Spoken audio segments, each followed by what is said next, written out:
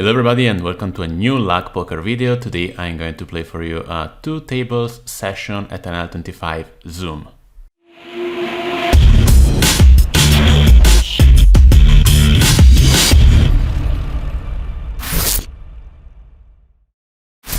I will try to explain all my thinking processes, and keep in mind I'm probably not gonna play a lot of GTO here. When you play the stakes, I think it is way more important to make decisions which are, let's say, logical, more than try to achieve perfect balances in your ranges and so on. So, you know, I might deviate pretty frequently from what optimal line or size is if you check a hand on a solver. But, you know, whenever I deviate, I'm gonna try to explain why I do something, and you know, you may agree or disagree, but that's the way I play poker, and so far it worked. So let's see. Anyway, 10-5 off. I don't know the small blind. I'm just gonna fold. I would say if we knew for sure he is a big fish, we could definitely try to defend that, but no need there. Queen 6 off. Just gonna fold. It's cheap to cover, but you know, I think it's a pretty common mistake to just limp in to wide or to call on the big blind in multi-way pots just because the price is nice. I think this is gonna lead to very bad post-flop decisions. And here I'm going to 3-bet this recreational player. It's pretty standard. We have a decent flop. And you know, this is one of the situations in which I'm gonna deviate more from the GTO, in the sense that I think a bad opponent is going to do a lot of mistakes if I just bet big here. He's gonna call with any decent diamond. He may shove with draws that he would otherwise just call. So I think there versus a bad player, it's perfectly fine to just bomb it on the flop and be ready to get it in. The variance is obviously high, but that's poker. In this situation, I'm just gonna take a step here. We have decent blockers. We may have some run outs to keep firing, and he's gonna have a lot of hands which simply cannot defend there, so I have no problem then betting, and there is no need to make a big bet. 6-7 off is normally a hand I defend, but if well, now I'm gonna fold. On my labels, the orange is a regular, the green is a weak player. And this is another situation in which I think a lot of players just call here, the price is good and so on. But I think you actually should defend a bit tighter when it's a multi-way pot than when it is a heads-up pot, simply because of post-flop reverse implied odds you're gonna have, which are gonna be higher than that. And you know, you're not going to have a lot of implied odds, simply because players are more careful when there are more players in the pot. So when you hit big, it may still not be enough. Here I'm gonna c-bet. I'm gonna make it small. I don't know much my opponent, and I am usually gonna check fold the a6 of hearts here, especially on a half pot bet. May defend maybe on a very small one, but let's see. Of course, here I'm not gonna fold on the flop if my opponent raises. I think it's way too early to do that. I'm gonna open kings also here. You see I made it 3x from UTG, but that's because the blinds are recreational players, and I'm just gonna shove on this guy who is short now. I'm gonna fire again here. There are decent amount of draws. If he has a pair, he may think I have a draw, so I think he's gonna still defend quite wide, and so I'm just gonna bet again. I'm probably going to triple barrel on many runouts. Maybe I'm not gonna do it on a 8 or 9 of spades. Even the ace, I'm just gonna check back. Okay, this guy is tanking. I don't know with what he could tank. Oh my god, we are just seeing kings, you see? I'm gonna open again. 3x, same reason as here. The big blind is a weak player, and he's gonna be the guy who defends the most here, so I'm just gonna make it bigger. Here I'm just gonna shove, nothing else to do. It's king, so good luck to us. We are going to 3-bet here as well. Luckily he didn't have any diamond. Make it a 4-bet. Let's place a 4-bet here. I don't know much of my opponent, but let's see. He just calls. The board is pretty bad. A-side boards are usually not that great in a 4-bet pot, or at least not as much as most people think. And we may check this hand sometimes, I don't mind. It's typically going to be a check call on the flop, and we are going to reevaluate on the turn depending on what it is. Once he checks back, we have a couple of options. We may place 2 small bets to get maximum value from jacks and queens, which I think are a decent part of his range. We don't know him, he might as well be a recreational player with some 10x randomly, so I don't mind the idea of placing 2 small bets. And I don't think it's gonna raise much as a bluff. We also have blockers for his the most obvious bluffs he could have. So I think it's pretty safe to bet fold this hand. And he makes this. This one may be actually a blocking raise, and I am going to call it and just check fold the river. Because if he has jacks queens, sometimes I think he might do that. Oops, I folded this queen, which was bad. Of course, I'm not gonna call the river, I think. As again, I don't think it's bluffing enough.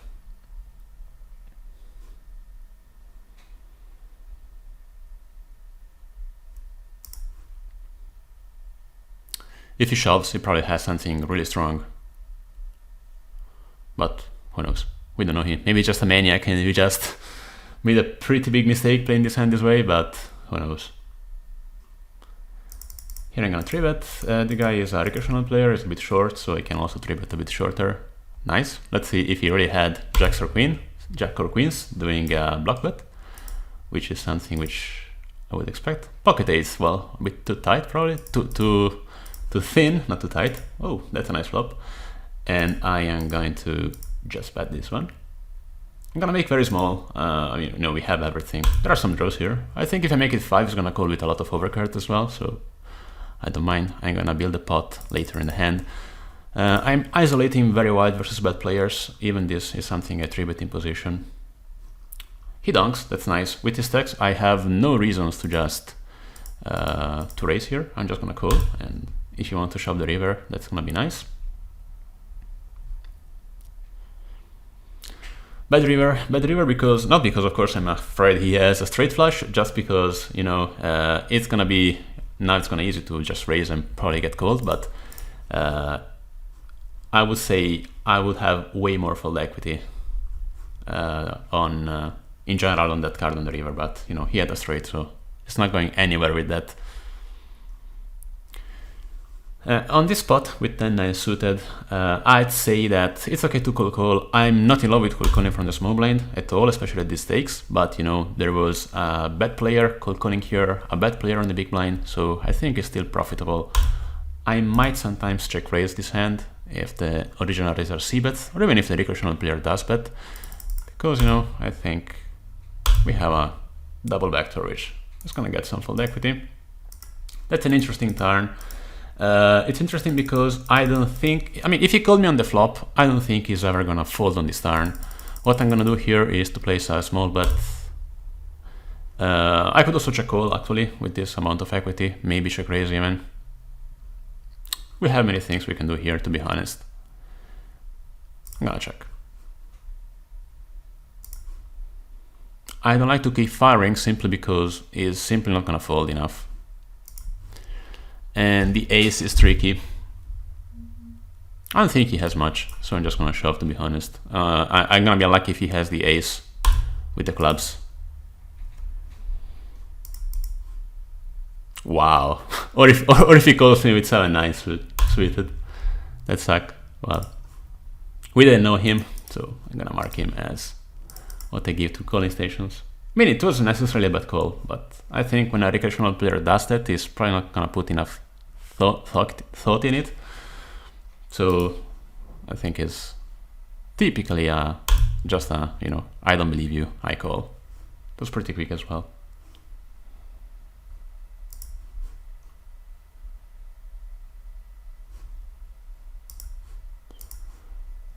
I will take a look and I will take another look at that hand after, but you know, I don't necessarily mind it. It's fine. I think you know, when you shove there, a recreational player is gonna fold sometimes a king as well, given the big bet and given the ace is so scary for him. Even if I mean, it shouldn't be given my range, of course, but you know, they don't reason usually in terms of ranges. I don't mind placing an overbet here sometimes. as a c-bet. This guy is a regular, so he knows what he's doing. I'm gonna fire again on the jack.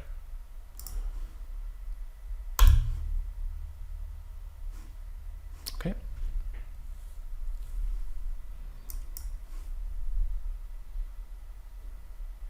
Overbetting the flop is something which a lot of people do not do, which I think is it's a problem, because it's something you should definitely do, both with regulars and recreational players, maybe with different reasonings, but that's fine. I'm gonna fold here. I'm not gonna call this squeeze.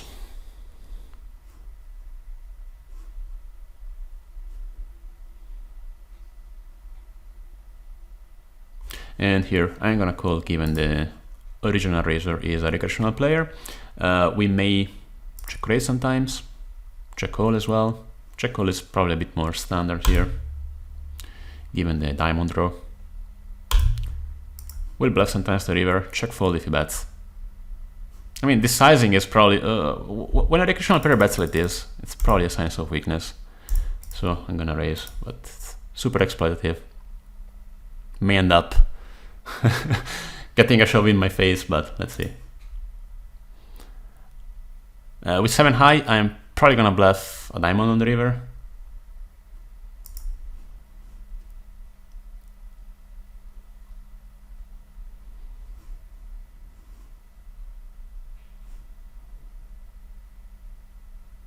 That's nice. You know, you should be very aware. You know, for example, this 4-7 suited is it's not a hand I would ever play in a GTO way that way, or very rarely, I would say.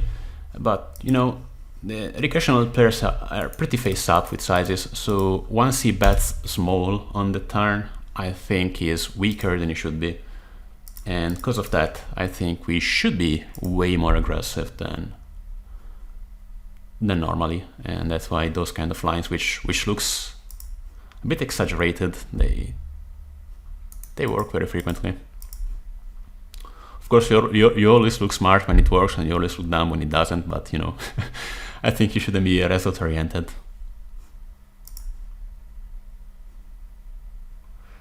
I like to lead out a lot in limped pots, because most players don't care about them. They fold a lot. Like this, you see, he was check folding instantly, he didn't. So I think it's very effective to just do it a lot, even when you have air. Here I'm gonna check call with ace-10 on the c-bet on this board. See if you get to showdown. If he bets again, I'm probably gonna fold. I mean, it's still close on this sizing, but I think it's okay if we fold. If I'm not mistaken, this is also the guy who we just check raised in the previous hand, so he's probably gonna bet a bit more, a bit tighter, let's say. Maybe not, who knows.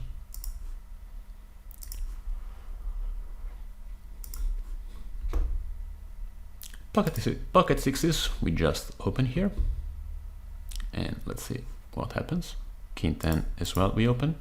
I'm gonna call this super small raise I mean, 200 big blinds deep. This is another situation in which I'm gonna see bet more frequently versus a bet player. I'm usually gonna bet 2 or 3 times with a small sizing here, trying to get. I could also bet bigger on the flop because there are a decent amount of draws here, but yeah, it's fine.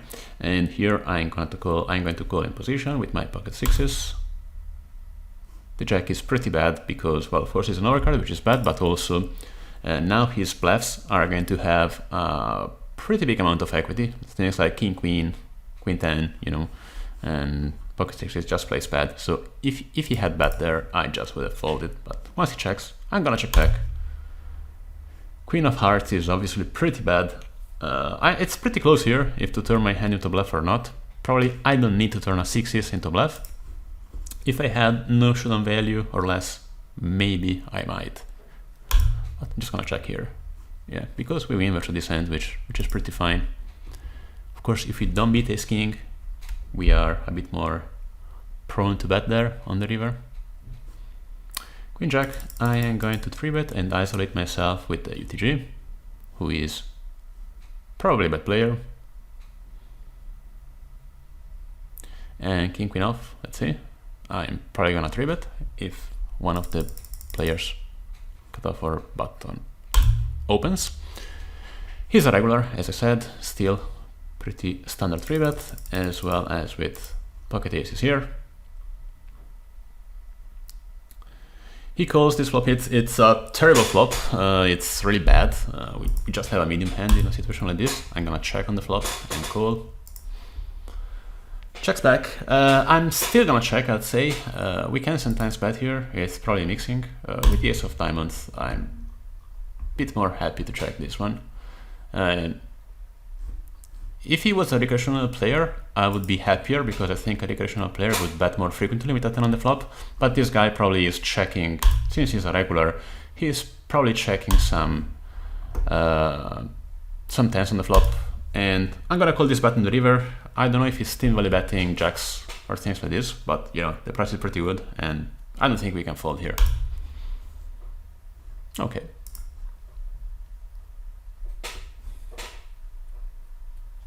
And I'm not in love with the sizing on the river because, you know, once he bets on that river, he should probably be pretty much polarized. I don't think he has many sim value bets in his range. So if he's playing versus a regular, I think his bet sizing should be a bit more polarized than what he actually did. But I wouldn't mind if he was versus a recreational player to bet sometimes with this small sizing, both for value and sometimes as a bluff. Because, you know, the river is scary, so maybe a recreational player who's just gonna think, who's just gonna play on feelings and so on, is gonna be more reluctant to call if the bet is big, and he's gonna call if it's small, so I wouldn't mind. Check, check. I am going to bet this recreational player check back on the flop. It's possible, but unlikely. He has a good hand, so I'm probably ahead here, and they're just gonna bet twice on with a pretty decent sizing. 10 jack, I'm gonna call, nice flop. Sometimes we may lead out here with a recreational player in the pot, simply because I don't expect the regular who open here to see bet that wide on a board like this. So if I check, I think we're gonna receive a lot of checks back here. And here we can both raise or call. If we raise, is probably gonna be to call, but still fine since he's not full stack as well. It's a pretty good news that he just bet called, because I think if he had a set, he would sometimes just make that line. It's way more tricky now that he shoved on the ace. That's something I don't expect much. And to be honest, I think we should just fold, because chances are, I mean, he might have something like not flush draw on the flop. Now he got the ace and just shoves. If he had a 10, I don't think he would play this way. And even if he had a flush draw or a straight draw, I think if he wants to play it aggressively, why to bet call and then shove this turn? Why don't just shove the flop? I mean, I think if he wanted to be aggressive, he would have done that there. So to me, this one looks more like he hit the ace, or he likes the ace. Maybe he has something like 9 jack of clubs, but who knows? And I'm just gonna fold. Pocket sevens, I'm gonna call because the big blind was a recreational player, and the guy who opened, I'm not sure. I think he's a regular, so I always prefer to call and keep him in the pot, the recreational player, rather than 3-betting and putting myself in a marginal spot with a regular. Check, check. The turn is not that bad. I'm gonna check, probably call. Sometimes we may place a small bet here, but I'm not in love with that line, especially when you have shouldn't value. So I'm gonna check call here and reevaluate on the river. That's a pretty interesting river. I think I have to check call at this point. That's fine. And here we, what we did here, I think we opened UTG. Sometimes when I explain, I miss my action. So I'm just gonna bet here. No need to bet big, I think. If he has nothing, he's gonna fold on the flop anyway. And if he calls, again, I don't think I have enough fold equity here. Of course, we have a decent range advantage. The problem is that if he has any ace, even ace deuce off, he's probably not gonna fold it. So sometimes we can bet something like this. I like to make a block bet like this sometimes versus bad players. Sometimes you see it works, but also when it doesn't, you know, I'm okay to pay one big blind to see the turn, to see the river and hope to get a straight, or maybe even sometimes a pair is enough. And as you see, sometimes it works. But again, that's something which is, it's not something which you do in an optimal perspective. It's just the way I think is profitable to play versus weak players. And I think it may be interesting for you because that's not something you usually see. Nowadays you just see solver things, and even in my channel I have post a lot of solver things because that's what it is. But I think it's also really important to let's say see how it works the game with versus the bad players. I'm gonna check back with the well, I'm gonna bet again here with the king. I think it's a decent card for me to keep firing versus this guy. Checking back was fine as well. And I'm gonna check back with this ace king here, and when this guy raises, of course, I'm done. Sometimes we may bluff here on this 6 on the river. I don't mind if he checks, and I'm gonna place an overbet because I think that's my line here. I don't think I have thin value bets. He's a regular. It's basically a very similar spot to the previous one, the 3-bet pot, in which if I bet on the river, I'm probably gonna have a very strong hand or nothing. So doesn't make much sense for me to bet small versus a regular.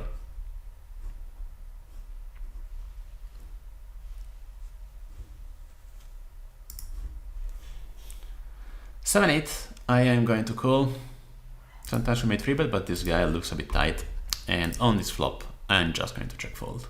There is really nothing else to do here.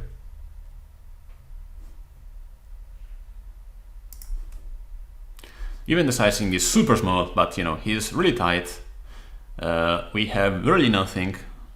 I think we can just fold. I think that is one of the situations in which maybe sometimes you end up calling because, you know, it's just one big blind. I still may hit a 7 or an 8 and be good, but more often than not, he's gonna have something better than that already, and you're just gonna waste your money in something which just has reverse and play dots. Ace 4 suited on table 1. Let's see.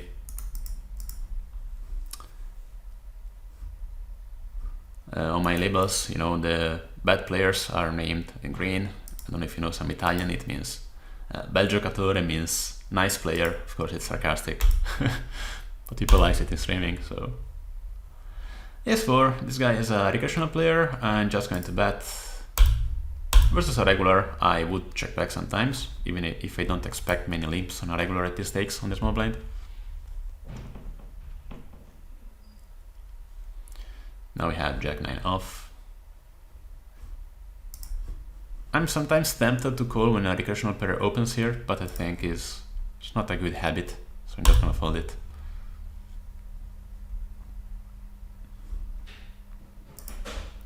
This is 10-9 off. This guy might be a recreational player, but well, I'm not gonna play this hand.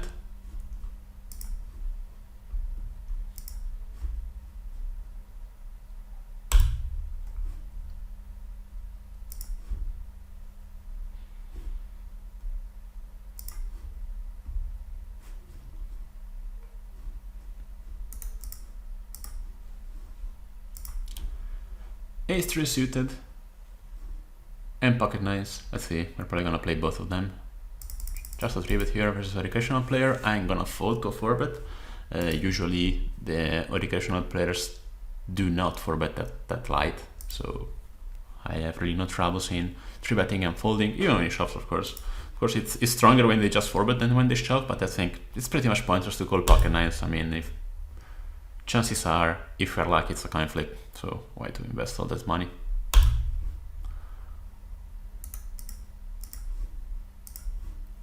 King queen off.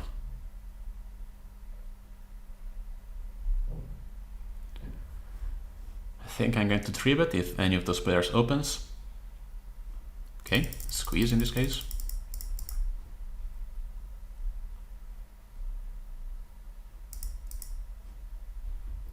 Again, the plan is to fold in case of 4-bet. Even now, you know, you gave me a pretty good price, but when a recreational player does that, I feel pretty dead with king queen off, so just done. Here we can sometimes 3-bet. Very few portions I do that. King queen suited. A hand we normally 3-bet as well. And I'm gonna open 3x given the big blind is a recreational player. I'm gonna mix here some calls and 4-bets. We're a bit deep, just gonna call. Flop is not that nice. If he bets, I'm not only just gonna fold. Once he checks, It is close here. I feel like it must have some check fold, of course, and I don't think we're gonna win this hand much if I don't bet now. But you know, I'm gonna mix it probably. This time it was good for us.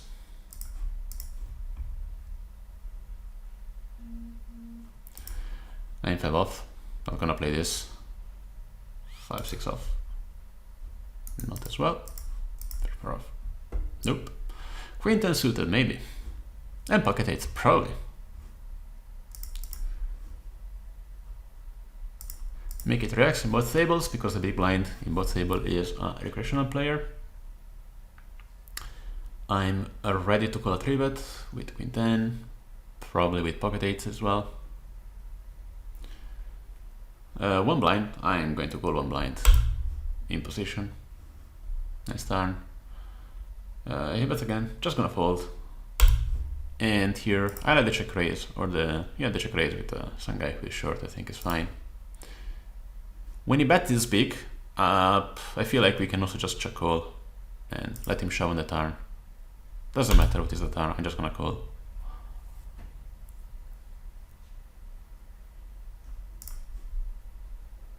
That's nice.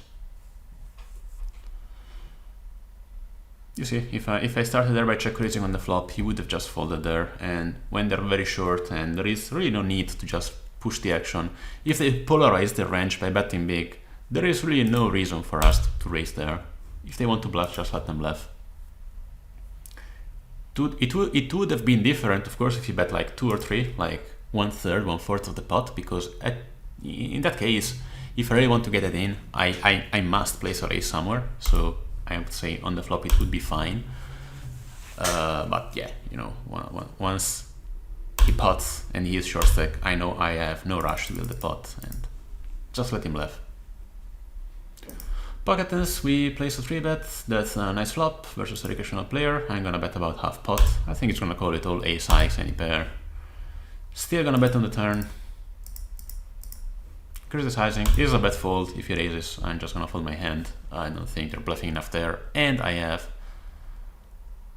would say my blockers weren't that great. Just fold ace 9. Let's see this pocket 8. We open. Okay.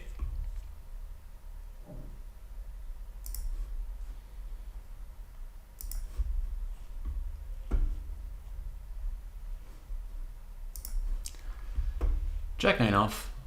It's gonna be close versus the cutoff. Can't fold. Again, you know, when it's a bit counterintuitive because I would like call. I would call wider if it was a heads up than if it is a 3-way pot. So that's why Jack 9 off would have been close if the button didn't call. But once he called, I'm just done. So we open, we get 2 calls.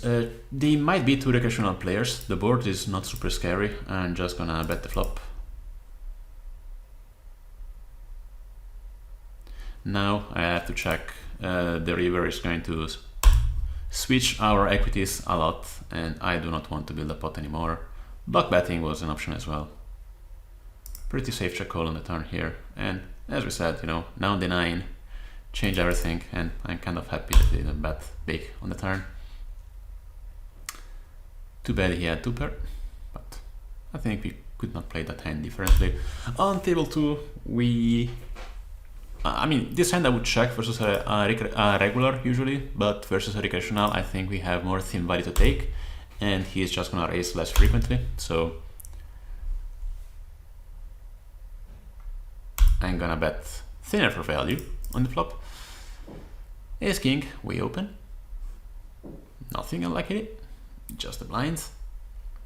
Pocket, no, not pocket jacks. I don't know why I thought I had pocket jacks when I clearly don't. This guy is a recreational player, and I'm going to try to isolate myself with him. Of course, my dream spot here is, well, if they both fold, I'm happy. If the regular folds and the recreational calls, that would be nice. I don't know if it's a regular or the original razor actually. And that's versus an unknown is going to be interesting. I'm gonna mix this flop sometimes. Sometimes I'm gonna check back at a low frequency with no information. I think it's better if I just bet. We could also bet big here. We should bet big here. You know, this board is the equity is switching pretty insanely turn and or river, so our value bets are going to be usually a bit bigger.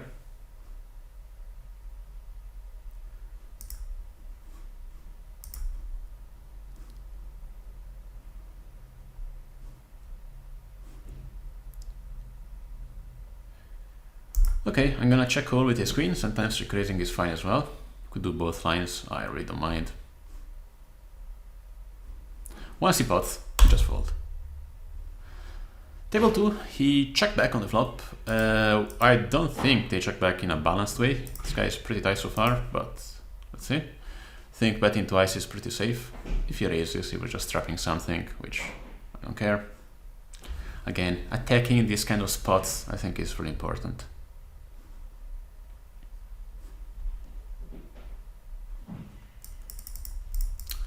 Let's try by this one.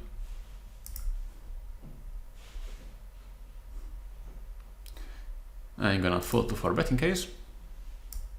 Yeah.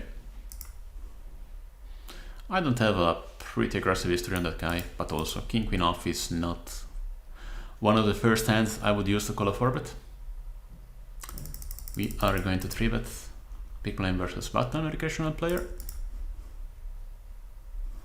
Okay, we open king 4 suited, small blind calls. Let's see if big blind squeezes. He does not. We are going to c-bet this one. Sometimes I like to raise on these small donk bets.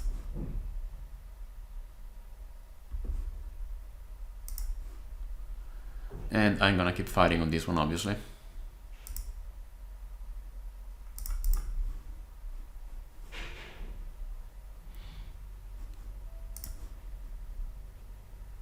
If he raises, it sucks. It's probably a fold. We have some reverse implied odds, obviously, when the board is paired. The king is nice. I'm just gonna check back.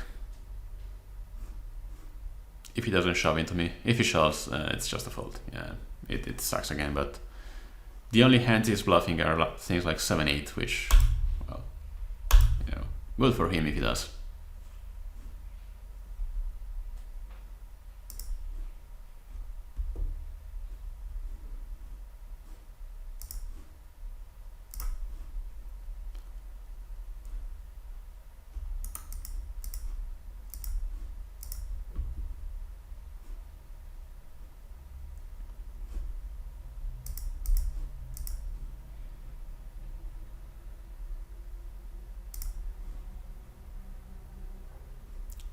Ace jack off. Let's see. I'm usually not rebetting this versus the middle position. And let me see how much this guy 3-bets. He 3-bets so far 2.7, so that is clearly a fold. Could have been a 4-bet bluff versus somebody who is more active in his 3-bets, but definitely not versus a 2.7 3-bet.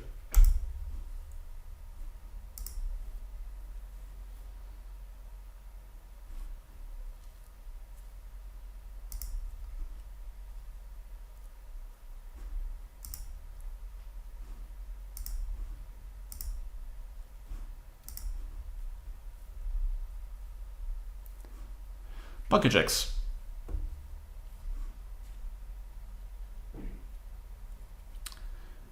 Regular opens. Let's see what this other regular does. Nothing. So I'm just going to 3-bet. If he 4-bets, it's okay to jam this. You could both jam or call, mix it. Will be fine. I'm gonna jam this time. If he 4-bets.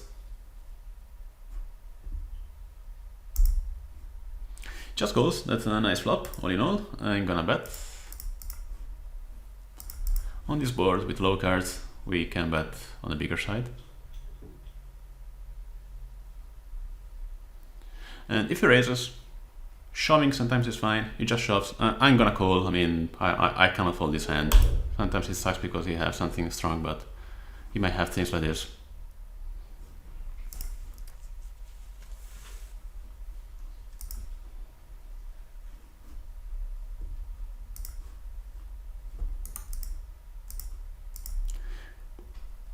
You know, you're obviously not super happy when you see that line, but you have to keep in mind that especially when you're versus a regular, you must stack off lighter in 3-bet pots.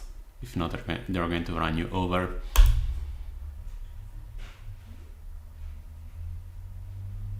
And even his line, you know, at the first glance, you may think that his line sucked completely. You know, you say you shove pocket nines, what are you doing? The fact is that probably it's not terrible as a line, because, you know, pocket nines has a huge need of protection. Of course, he might be called sometimes when something worse, like pocket 8, or if I have a 7 I might choose to call.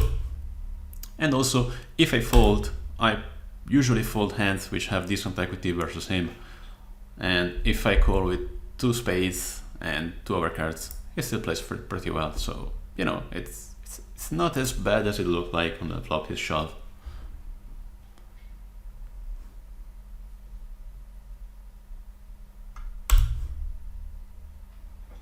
Not saying it's my favorite line necessarily, but what I'm saying is that I can understand that, and that's fine. Here I open a bit wider, given the 2 blinds are weak players, but they both fold.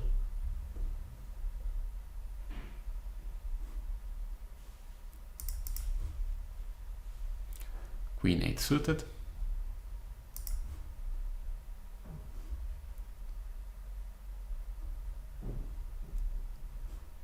Not gonna play that. Then check off. Well, this guy, well, he's a recreational player. We don't have much info. Sometimes light of 3, but even hand as weak as this one. Maybe when I know he's a bit looser.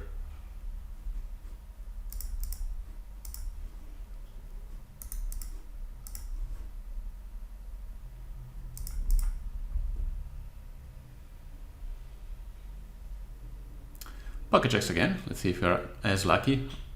It's gonna be interesting. We are 300 big blinds deep versus somebody I marked as a calling station. And if my read is correct, here I'm gonna bet 3 times small. He's gonna call with many pairs, ace high maybe. But once he raises, I'm just gonna fold. This hand is also terrible to call, because well, first of all, we are not going to improve that frequently. We have pretty bad blockers, because what is he bluffing here? Well, 6-7, 10 jack, jack 9, things like this. So just terrible to call with this hand.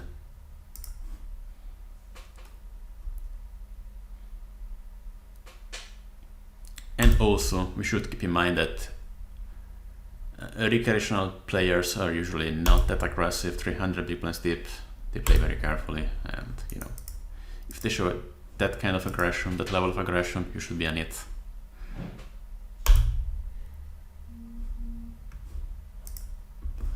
King 10 off, we are going to call the UTG open. Interesting flop. We're probably gonna check call once unless he bets huge. On the turn, I'm still gonna check call with this hand. It's kind of solid. Let's say that the hands he is folding when I bet are not hands I'm concerned about, so just gonna check call. The river also I might end up check calling. It's close.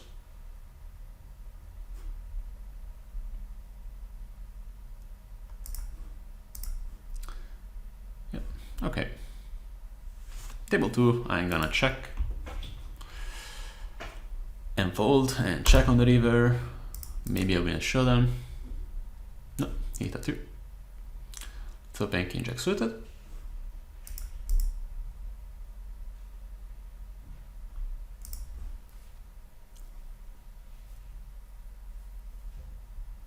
Okay. I'm gonna play 5 more minutes, then I'm gonna sit out. I think, you know, we had some interesting hands, and I hope you liked the commentary. I try to explain most of my thinking processes. If something is not clear, of course, feel free to write it in the comments. Now we get a very small 3-bet from this guy who, in 27 hands, he played 85, 33. It might be a maniac. He's 50x. I don't mind just raising pre-flop and getting it in for a 50 people in stack. With a guy like that, the flop is terrible, of course, but I think he's gonna fold some hands. The problem here is that if I check, I lost this hand probably. If I bet, he's not going to be able to bluff me, which is fine. And when it does that, I'm just gonna fold, obviously.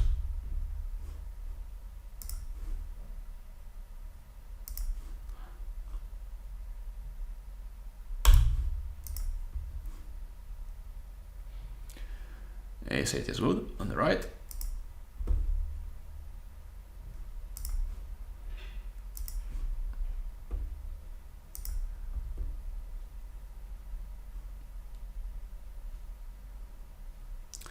Ace-Queen. Let's open. 3x, giving the big blind. Let's see these pocket checks.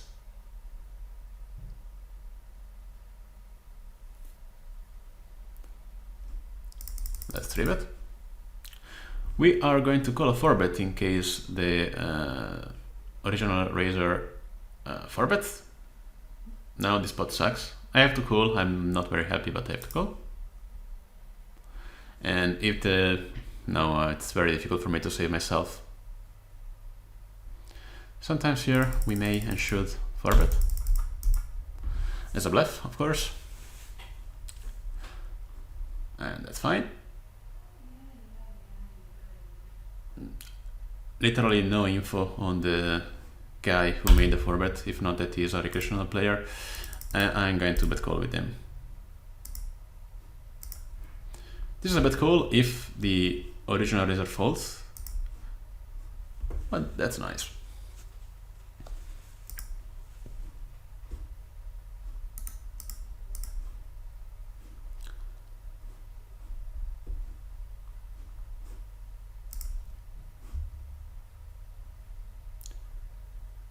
This guy might be a recreational player, I'm not sure, but that, let's say, cold call to the 4-bet was a bit weird.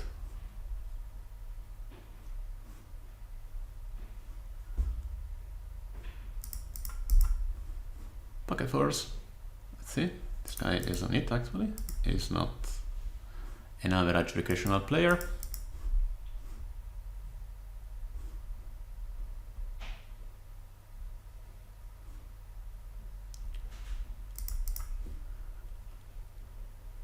Team value bet on the flop. This turn sucks. Just gonna check back. And I'm not gonna bluff this guy. I never bluff somebody who I marked as a calling station.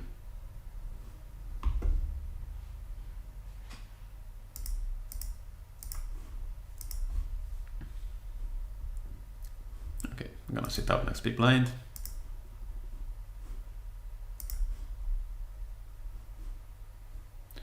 Pocket ace is last of the day, I guess, and I like the action. This is the guy who was playing like a maniac? No, it's another guy.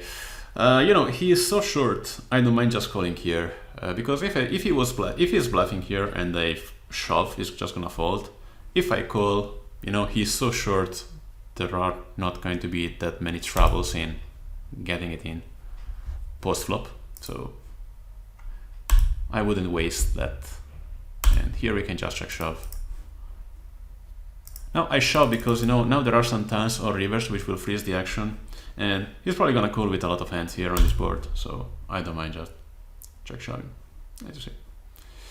As you see, this guy is pretty loose.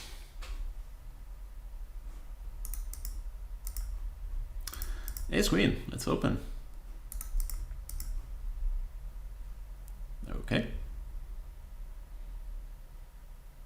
Okay, and that's it. So I hope you enjoyed this session. Again, I tried to explain all my thinking processes. There were some which I think were interesting, and if you have any question, comment, critique, well, you can write it under the video. I will be more than happy to reply to you. Keep in mind, if you saw something, and you definitely saw many things which are not GTO, I mean, they were pretty much intended. Again, I'm not playing GTO at these stakes usually, or very rarely, just versus very strong opponents. I would say 90% of my game when I play an NL25 is simple exploitation on the field and just logical decisions without that much concern on how balanced I am. Thanks for watching and see you next time.